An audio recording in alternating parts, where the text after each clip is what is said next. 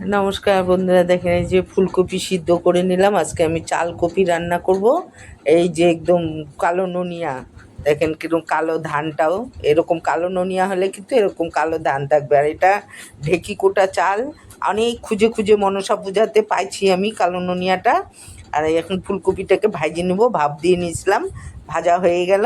তারপরে আলুটাকেও ভাজিয়ে নিব, ভাজিয়ে নিয়ে তারপরে ওটাকে রান্না করব। আর চালটাকে কিন্তু আমি ধুই নাই, চালটাকে একেবারে মানে সুন্দর করে ঘষে ঘষে পরিষ্কার করছি, ধুলে পারে কিন্তু ওটার গন্ধটা থাকবে না।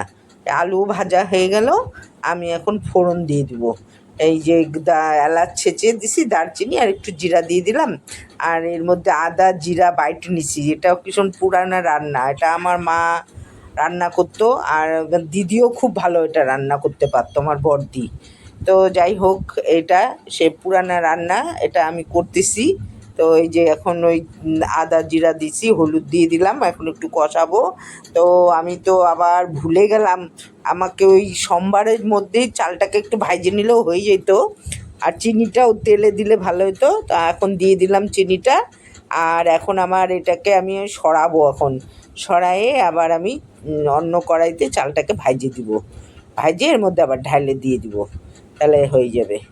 আর সোমবারের থেকে বরঞ্চ আলাদা ভাজলে চালটা ভাজাটাও ভালো হবে। তো ওই যে এখন একটুখানি তেল দিয়ে এটাকে চালটাকে একটু ভাজিয়ে নেবো। আর আমি কিন্তু চাল ধুলাম না, ধুলে সেই গন্ধটা থাকবে না। এটা ঢেকি কুটা চাল, এটা মেশিনের না। তো এই চালটা তো আমরা এদিকে পাই খুঁজে, তাও এখন পাওয়া যায় না, অনেক খুঁজে খুঁজে আনা হচ্ছে। তো এই চালটাকে এখন পুরো ভালো করে ভাজা করে নিচ্ছি, ভালো লাল করে একটু ভাজা হবে, অল্প অল্প হালকা হালকা লাল হবে। এখন হয়ে গেছে, এই যে আমি ঢাইলে দিয়ে দিলাম, মশলার সাথেই এটা আর কি সাতলানো হবে। তাই এখন একটু ওই যে কাঁচা লঙ্কা বাটাটা দিয়ে দিলাম, দিয়ে আর এই যে এখন এটাকে কষাইতে হবে, এখানে ঝালটা বের হোক তাহলে হবে। আর এই যে এখন হলুদ দিয়ে দিলাম, নাহলে গন্ধ লাগবে, কাঁচা গন্ধ, তাই হলুদটাও দিয়ে দিলাম। আর একটু আমি দিব, ওই কাঁচা লঙ্কারই ঝাল থাকবে। আর একটু আমি কালারের জন্য একটু কাশ্মীরি লঙ্কার গুঁড়া অল্প দিব। তো এই মানে 1 চামচ থেকেও একটু কম কমই দেওয়া হয়েছে, অল্প অল্প করে দিলাম দুবার। তা এই যে আলুটাও এখন দিয়ে দেবো, আলুও সাথে কষে যাবে, তাহলে আলুটাও নরম হয়ে যাবে। তা এই জন্য এই আলু দিয়ে এখন আর একটু কষাবো, কষানোর পরে জল দিব, জল দিয়ে তারপরে এই করার সুন্দর যে কালো নুনিয়ার সেই জন্য একদম গন্ধ, ভীষণ গন্ধ বেরোচ্ছে, মানে এত ভালো। আন্দাজ মতো লবণও দিয়ে দিলাম, আর খুব সুন্দর গন্ধ বেরোচ্ছে, জলও দিয়ে দিলাম।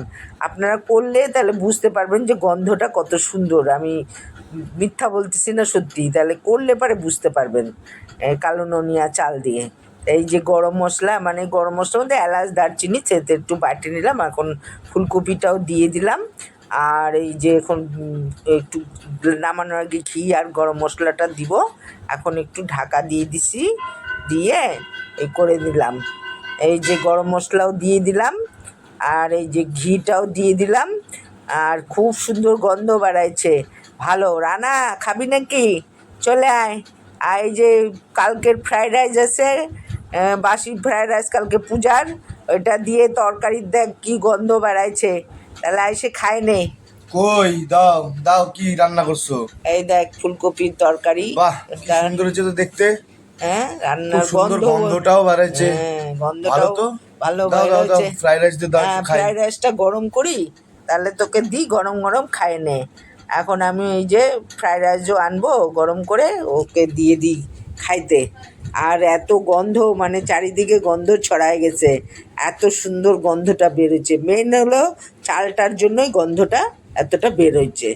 এই যে ঢালে নিলাম, এখন আমি ওকে খাইতে দিব। তো ভালো থাকবেন বন্ধুরা, নমস্কার।